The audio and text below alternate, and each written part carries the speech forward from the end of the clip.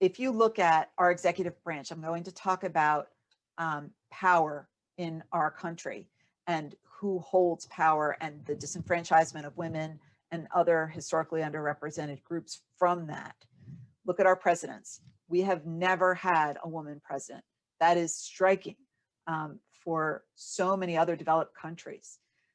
We have only had one vice president who is a woman, one president of color, and one vice president of color. The first woman vice president and the first person of color vice president is the same person, Kamala Harris, and we had President Barack Obama.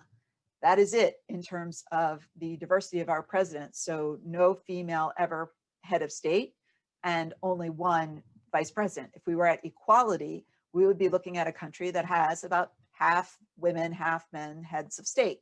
We're nowhere near that. Nowhere, we're miles and miles from that. If we look at our statewide executive positions, women hold about 30% of those positions. So we're a little over 50% of the population of the country, and yet we're only 30%, so that's 50%, we're only 30% of the executive positions in state governments. So very far away from equality.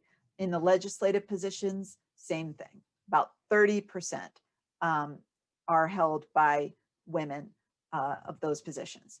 And this graphic, I think, is so striking. There's a couple graphics I want to tell you, a couple slides that to me stand out so much. This is one of them. Because if you notice, we see across our Congress, the United States Congress, that men represent 72% of our Congress, 72% of our Congress is white, and 72% of our Congress is Christian Protestant.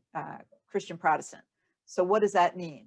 Well, women should be half the Congress because we're half the population, which may be even a little bit over that, since we're a little over 50%. So instead of at 50%, we have about half of that, 27.8% women in Congress. People of color represent about 40% of the population, but they're only about 28% of the people in Congress. Very, very poor representation of women and people of color. And as you see, the minority religious groups all combined only represent 28% of our legislators. So very, very, very poor representation.